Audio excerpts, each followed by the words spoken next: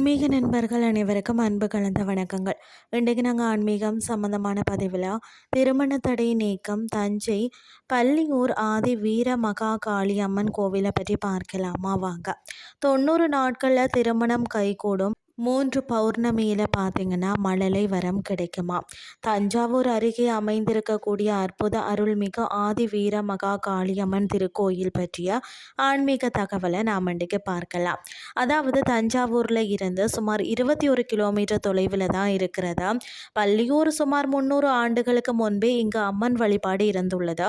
காலப்போக்கில் அந்த பகுதி பார்த்திங்கன்னா காடாகி கருவேல மரங்களுக்கு நடுவே ஒரு புற்றாக மாறியதாம். ஒரு மழைக்காலத்தில் புற்று மண் கரைய அதற்குள்ளே இருந்த ஒரு 1.5 அடி உயரமுள்ள அற்புத கருங்கல் வீர மகா காளியம்மன் சிலை கண்டெடுக்கப்பட்டதாம். சிலை கண்டெடுக்கப்பட்ட அதே இடத்துல பார்த்தீங்கன்னா இந்த திருக்கோயில் எழுப்பப்பட்ட பக்தர்கள் வழிபட்டு வந்தார்கள். இந்த கோவிலை இந்த பகுதி மக்கள் அன்போடு பௌர்ணமி கோவில் அப்படின்னு சொல்லி அழைக்கிறார்கள். ஒவ்வொரு பௌர்ணமி தோறும் பார்த்தீங்கன்னா அம்மனுக்கு சிறப்பு அபிஷேகங்களும் மிக பிரம்மாண்டமான அன்னதானமும் சிறப்பாக நடைபெறுகிறதாம்.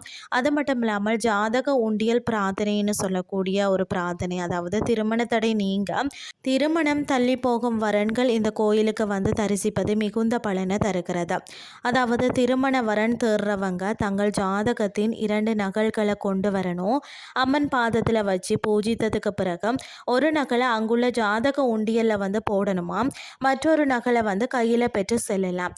இதுவரை இங்கு வேண்டிய 1000க்கும் மேற்பட்டோருக்கு 90 நாட்களுக்குள்ள திருமணம் கைகூடி இருக்கிறது என்பது பக்தர்களின் அனுபவ நம்பிக்கையாக இருக்கிறது. குழந்தை பேறு இல்லாதவங்களும் பார்த்தீங்கன்னா தம்பதியர் தொடர்ந்து 3 பௌர்ணமிகள் இந்த கோயிலுக்கு தரிசனம் செய்யணுமாம்.